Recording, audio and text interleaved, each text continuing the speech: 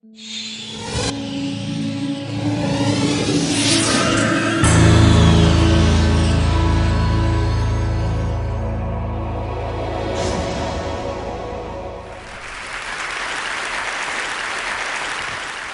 we all know the World Wide Web has absolutely transformed publishing, broadcasting, commerce, social connectivity. But where did it all come from? And I'll quote three people, Vannevar Bush, Doug Engelbart, and Tim Berners-Lee. So let's just run through these guys. This is Vannevar Bush. Vannevar Bush was the US government's chief scientific advisor during the war. And in 1945, he published an article in a magazine called Atlantic Monthly. And the article was called As We May Think. And what Vannevar Bush was saying was, the way we use information is broken.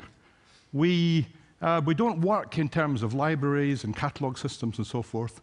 The brain works by association. With one item in its thought, it snaps instantly to the next item.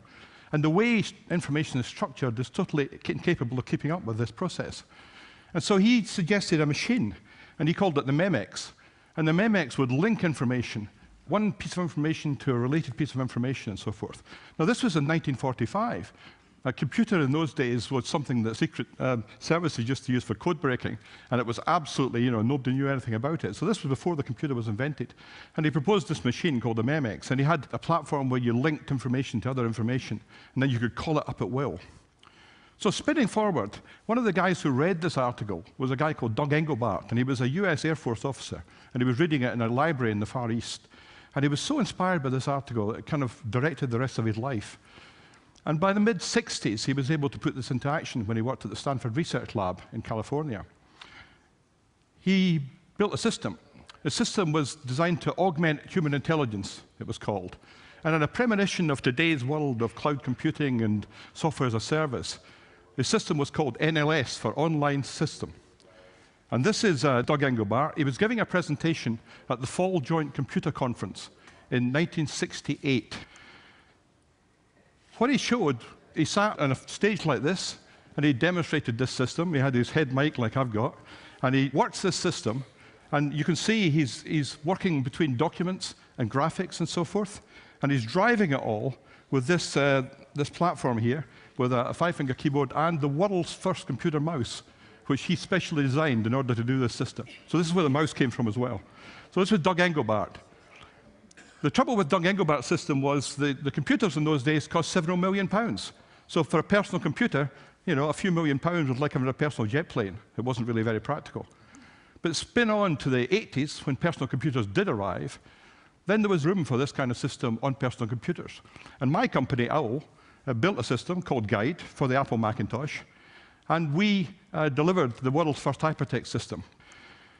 And this began to get ahead of steam. Apple introduced a thing called HyperCard. They made a bit of fuss about it. They had a 12-page supplement in the Wall Street Journal the day it launched. The magazine started to cover it. Byte magazine and Communications with ACM had special issues covering hypertext. And we developed a PC version of this product as well as the Macintosh version. And our PC version became quite mature. These are some examples of the system in action in the late 80s. We were able to deliver documents. We were able to do it over networks. We developed a system such that it had a markup language based on HTML. We called it HML, Hypertext Markup Language. And the system was capable of doing very, very large documentation systems over computer networks. So I took this system to a trade show in Versailles, near Paris, in late November 1990. And I was approached by a nice young man called Tim Berners-Lee, who said, "Are you Ian Ritchie?" I said, "Yeah." And he said, "I need to talk to you." And he told me about his proposed system called the World Wide Web. And I thought, well, that's kind of a pretentious name, especially if the whole system ran on his computer in his office. But he was completely convinced that his World Wide Web would take over the world one day. And he tried to persuade me to write the browser for it, because his system didn't have any graphics or fonts or layout or anything. It was just plain text. And I thought, well, interesting, but the guy from CERN, he's not going to do this. So we didn't do it. In the next couple of years, the hypertext community didn't recognize him either. In 1992, his paper was rejected for the hypertext conference. In 1993, there was a table at the conference in Seattle, and a guy called Mark Andreessen was demonstrating his little browser for the World Wide Web. And I saw it, and I thought, yep, that's it.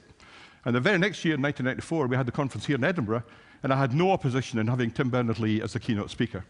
So that puts me in pretty illustrious company. There's a guy called Dick Rowe, who was at Decca Records and turned down the Beatles. There was a guy called Gary Kildall who went flying his plane when IBM came looking for an operating system for their IBM PC. And he wasn't there, so they went back to see Bill Gates. And the 12 publishers who turned down J.K. Rowling's Harry Potter, I guess. On the other hand, there's Mark Andreessen, who wrote the world's first browser for the World Wide Web.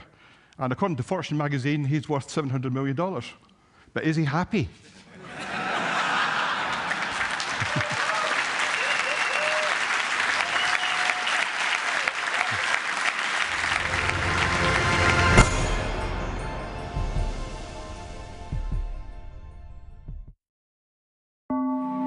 This is the network, a living, breathing intelligence that's helping people rethink how they live.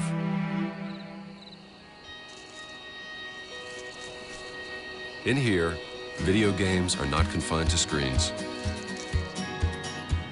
Excuse me. Hi. My grandfather lived in this village. Mio nonno viveva in questo villaggio. In here, everyone speaks the same language. In here, cars call mechanics before you do. Pass me the In patient. here, doctors see you before you get to the hospital. No, we didn't pass it. Yeah, we'll look at that. In here, friends leave you messages written in the air. What's it right there? It's the AT&T network, a network of possibilities. And what's possible in here is almost impossible to say. AT&T.